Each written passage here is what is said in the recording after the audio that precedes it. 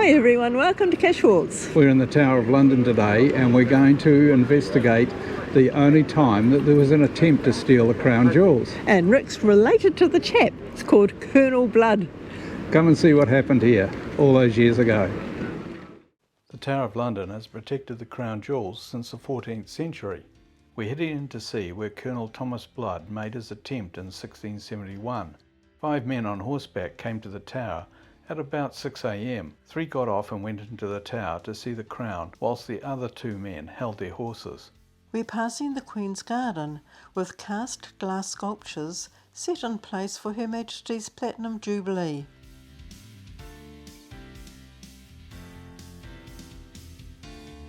The centrepiece is a glass crown, illustrating the Tower of London's historical role as the home of the crown jewels. It's opening time at 9 a.m. and not too many people are ahead of us.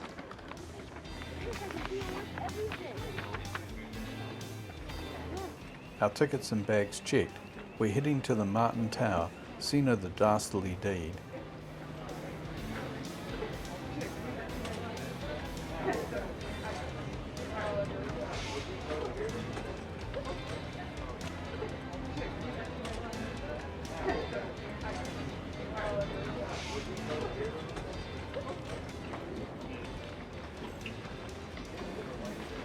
We are passing the White Tower, the great stone keep built by William the Conqueror during the early 1080s.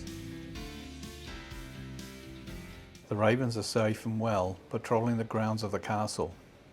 It is said that the kingdom and the Tower of London will fall if the 6 resident ravens ever leave the fortress.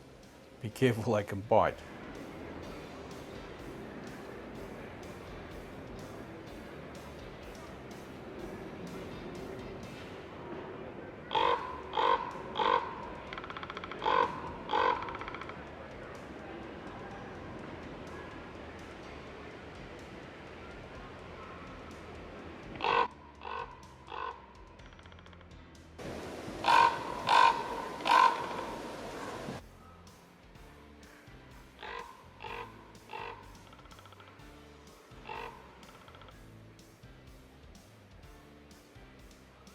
Let's stop and watch this Grenadier Guard, and then find a yeoman warder known as Beefeaters.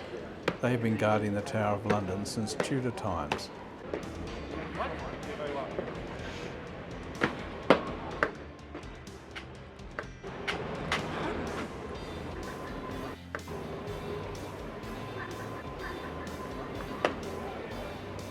The yeoman warders are very approachable and knowledgeable. Where the crown jewels used to be kept. Correct, yes. In the shop there, is that where they were kept, or is that where No, they were kept upstairs. Yes. Yeah, so where there's the display about yeoman warders in there Yes. now, is where the crown jewels used to be kept when they were first here. And the guard lived down... So Talbot Edwards lived in the lower part of it. He was the keeper of the crown jewels. He's the most famous keeper of the crown jewels, I should say. But he did live there with his family. He's one of the most famous ones because he was the keeper of the crown jewels during their only attempt to steal them. Colonel Blood. Yeah, that's right, yeah. So he did live there at that stage. Okay. But where they were kept were up above. Up until a couple of years ago, we had an exhibition out there of old husks of all of the old crown jewels that were kind of made and adjusted as part of the new collection. Okay. They've been moved away now because they're just kind of empty husks. So all of the display now is just inside here. Yeah. So they were in the Martin Tower originally. From the Martin Tower, they moved to the Upper Wakefield Tower. They were in there, I believe, till 1958. From there, they moved down into the basement. They were there till 1988, and then they were moved upstairs onto the level where you see them today. Oh, okay. So I suspect they probably won't move again unless they move away from the Tower of London. Yeah, it's unlikely they'll ever move from the tower, is it? You never know what's going to happen. True. Who knows? But they've been pretty safe here. Yeah. It's a very difficult place to get into, so I suspect they'll stay here. Oh, good. Thank you very much. You're very welcome. Good. Let's head over to the Martin Tower. If you're interested, we have another cash walk showing the crown jewels. But back in Thomas Blood's time, it was here in the Martin Tower.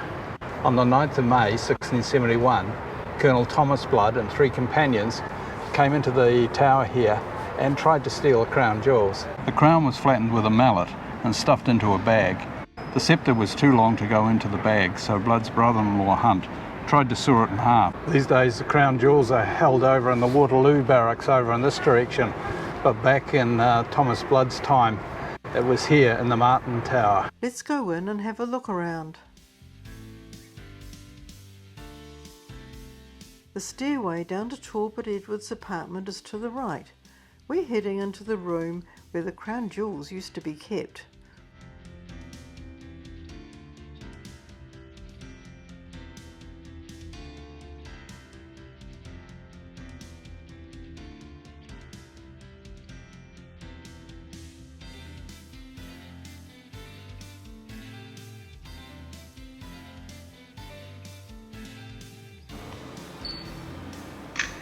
Just like today, you could visit and see the jewels. Thomas Blood did just that, befriending Talbot Edwards so he could gain access to the tower when he chose. It was here that Thomas Blood stabbed Talbot Edwards with this dagger. He was also bound and gagged. He later died from his wounds.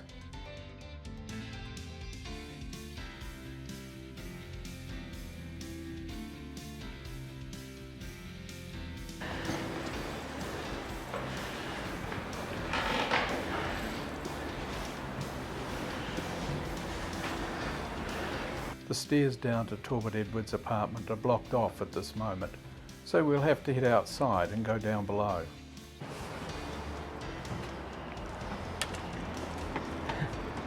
Today it's the Jewel House shop selling souvenirs.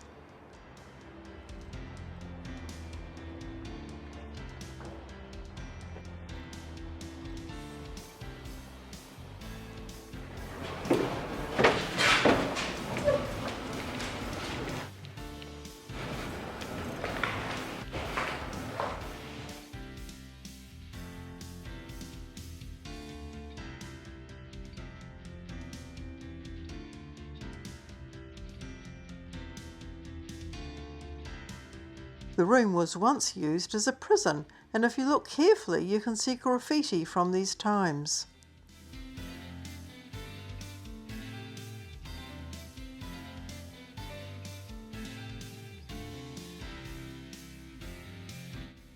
Mr. Edwards' son came in and, finding that his father had been hurt, ran after them.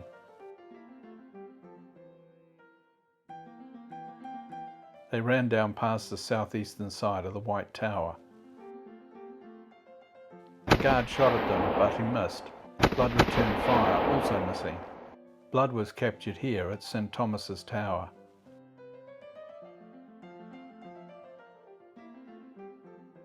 The others ran out through the Water Gate, also referred to as Traitor's Gate.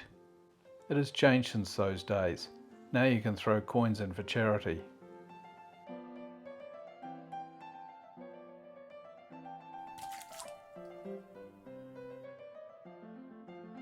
The rest of the gang ran out towards the Iron Gate where they had horses waiting. They were captured here or a little later near Gravel Lane. So ended Colonel Blood's attempt at stealing the crown jewels. Surprisingly, Blood was given an audience with King Charles II, and even more surprising, he got off scot-free. The king even granted him a pension of £500 a year and lands in Ireland. I wish I knew what he said to the king. While you are here looking at the present day crown jewels, there are 2 geocaches to log near where Blood's men were captured. One is the 3rd most found cache in the United Kingdom. If it's the first cache in the United Kingdom, you can earn this souvenir. Know where the cache is. I'm just casually looking out at the water. Right, here's the log book. Oh yeah. Looks like there's a lot of people signed it here. Put it back. Whoops. There we go. Put it back there, nice and secure. Time to head on. Hey Lynn. What? Look what I found. Do you think they'll mind if we borrowed it? Well, that brings us to the end of our cash walk here at the Tower of London. We hope you enjoyed finding out about that attempt at stealing the crown jewels. And we leave with a nice little souvenir. Yeah. Anyway, thanks for watching. And don't forget to go geocaching.